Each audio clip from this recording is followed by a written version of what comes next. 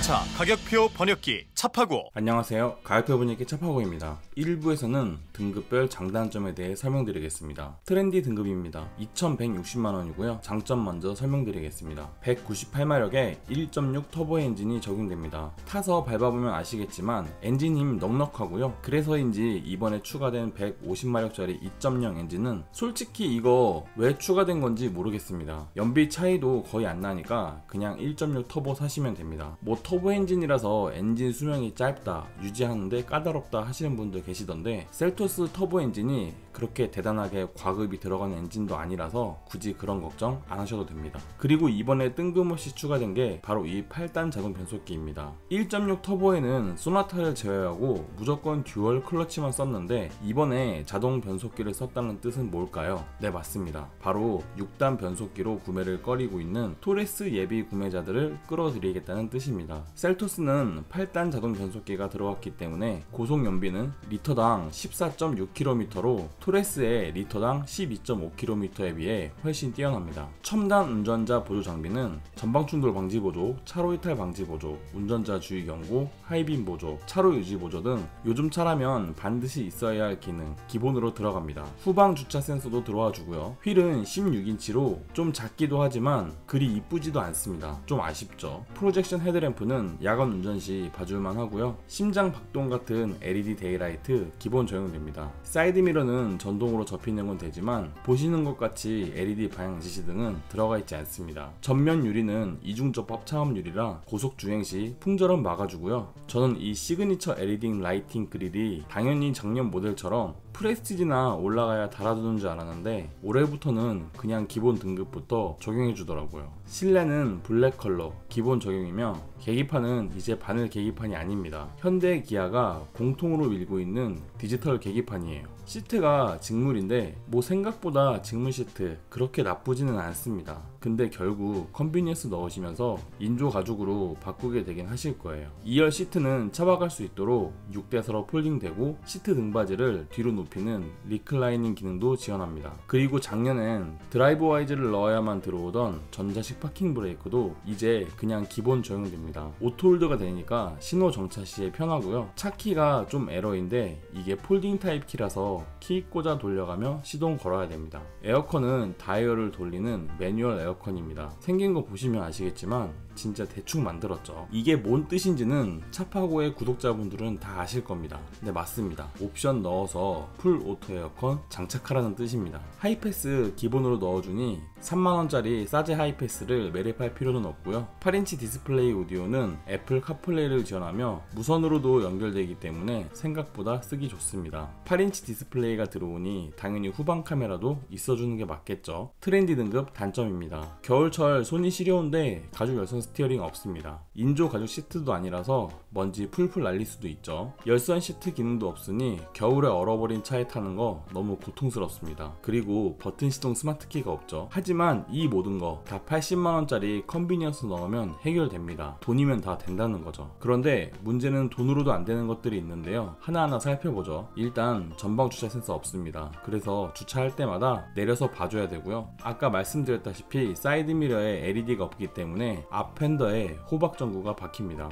이게 좀 폼이 떨어지죠. 실내등도 LED가 아닌 전구등이기 때문에 불 켜면은 노르딩딩 하고요. 1열 통풍도 추가할 수 없기 때문에 여름이 매우 고통스럽습니다. 운전석 전동 시트 안 되고요. 창문 내리는 것도 운전석만 내려가는 거 오토이지 올라오는 건 계속 당기고 있어야 됩니다. 그리고 뒷좌석을 위한 에어컨 송풍구도 없으니 앞은 좀 시원해도 뒤는 꽤 더울 거예요. 그리고 트렌디에서 추가할 수 없는 옵션들을 보니까 일단 겉멋을 챙기기 위한 120만원짜리 스타일은 넣을 수 없고요. 전방 주시하면서 운전할 때 보기 좋은 60만원짜리 헤드업 디스플레이 추가 안됩니다. 100만원짜리 스마트 커넥트야 뭐 빌트인 캠이랑 스마트폰 무선 충전 들어있는 거라 이건 뭐 안 넣어도 되거든요. 그런데 90만원짜리 모니터링 팩을 넣을 수 없기 때문에 서라운드 뷰도 추가할 수 없습니다. 그런데 이것들 다 된다고 하면 아무도 상위 등급인 프레스티지나 시그니처 사지 않겠죠. 그렇다고 해도 너무 막아놓은 게 많아서 좀 아쉽기는 합니다. 프레스티지 등급입니다. 2,459만원이고요 트렌디 대비 299만원 상승했습니다. 프레스티지의 옵션 구성을 보면 기본적으로 트렌디에서 컨비니언스를 추가하고 프레스티지만에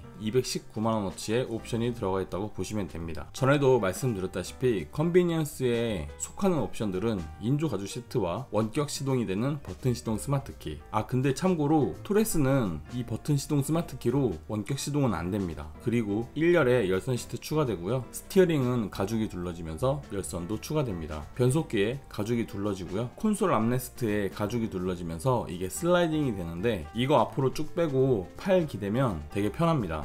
생각보다 이거 슬라이딩이 안되는 차가 2급에선 꽤 있거든요. 그 외에 219만원어치의 프레스티지 옵션을 보면 전방 주차를 위한 전방 주차 센서와 사이드 미러에 LED 리피터, 심심했던 앞뒤 범퍼에 실버 스키드 플레이트가 들어옵니다. 라디에이터 그릴은 하이그로시로 바뀌는데 이거 촌스럽지 않고 괜찮더라고요. 실내 등은 하얀 빛에 LED가 들어오고요 드디어 1열에 통풍 시트가 들어옵니다. 지구 온난화로 더더욱 더워지는 요즘 대한민국엔 열선 시트보다 통풍 시트가 더 필수죠. 운전석 시트 전동으로 바뀌고요 트렌디에서 아쉬웠던 운전석 창문 드디어 오토 업다운이 됩니다. 마지막으로 2열 탑승자들을 위한 에어컨 송풍구 추가됩니다. 프레스티지 단점입니다. 아직도 그냥 프로젝션 램프입니다. LED 램프가 아니라서 좀 어둡고요 그리고 휠도 이렇게 생긴 18인치 휠이 아니기 때문에 좀 아쉽습니다. 또한 루프렉이 없기 때문에 추가 수납 박스 같은 거 올리기도 애매하죠. 그런데 이 세 가지는 120만원짜리 스타일로 해결할 수 있습니다. 그런데 문제는 브라운 시트는 추가할 수 없습니다. 그래서 아직도 칙칙한 블랙 시트로 타야 되고요 2열 여선 시트가 안되니 겨울엔 뒷좌석에 어른들 모시기에 좀 애매합니다. 앰비언트 무드램프 추가할 수 없고요 호불호가 갈리긴 하지만 이 전자식 변속기 일단 선택할 수조차 없습니다. 마지막으로 전동 테일게이트, 이것도 옵션으로도 추가할 수 없습니다. 또한 추가할 수 없는 옵션들 더 보니까 일단 80만원짜리 컴포트가 안되기 때문에 천연 가죽 시트와 운전석 메모리 시트 넣을 수 없고요 모니터링 팩은 시그니처에선 원격 스마트 주차 보조가 들어가 있는 반면 프레스티지엔 들어가 있지 않습니다. 이거를 왜 차별했을까요? 뭐 당연하죠. 시그니처 오라는 소리입니다. 또한 60만원짜리 보스 오디오 넣을 수 없고요 마지막으로 투톤 루프나 썬루프도 프레스티지에선 추가할 수 없습니다. 시그니처 등급입니다. 2,651만원이고요 프레스티지 대비 192만원 상승했습니다. 시그니처의 가격 구성을 보면 프레스티지를 기본으로 스타일 옵션들이 추가되어 있고요 그 외에 시그니처만에 72만원어치의 옵션이 들어가 있습니다.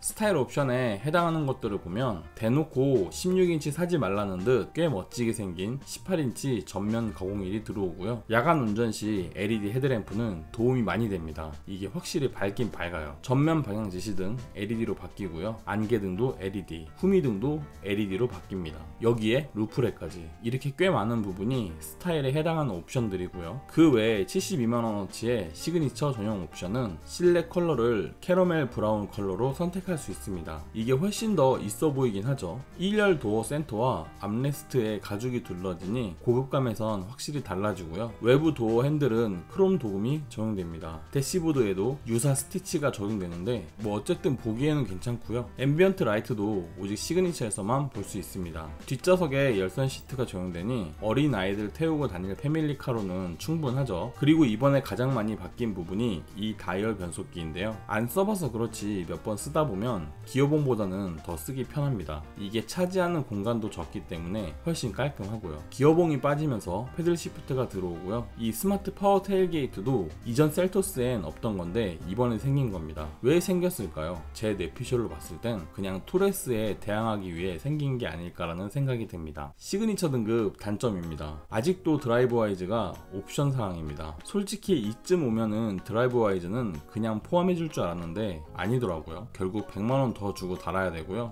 헤드업 디스플레이 넣으려고 봤더니 여기에 레인 센서를 묶어놨네요. 전면 유리가 차이나는 K5나 K8이 HUD랑 레인 센서 묶는 건 뭐 어떻게든 이해해보려고 했는데 컴바이너 타입의 헤드업 디스플레이를 레인 센서랑 묶는다는 건 좀 너무한 것 같습니다. 스마트폰 무선 충전도 스마트 커넥트에 묶여 있습니다. 결국 빌트인 캠의 노예라고 보시면 되고요. 마지막으로 10.25인치 LCD 계기판 어디 있나 봤더니 또 모니터링 팩에 잡혀 있습니다. 이거 가격 가격은 무려 120만원이나 하더라고요. 진짜 제발 옵션 인질 잡는 거 좀 적당히 했으면 좋겠습니다. 이로써 등급별 장단점에 대한 설명은 끝났고요. 2부에서는 차파오가 제안하는 최상의 가성비 조합에 대해 설명드리겠습니다. 도움이 되었다면 구독과 좋아요 부탁드립니다. 감사합니다.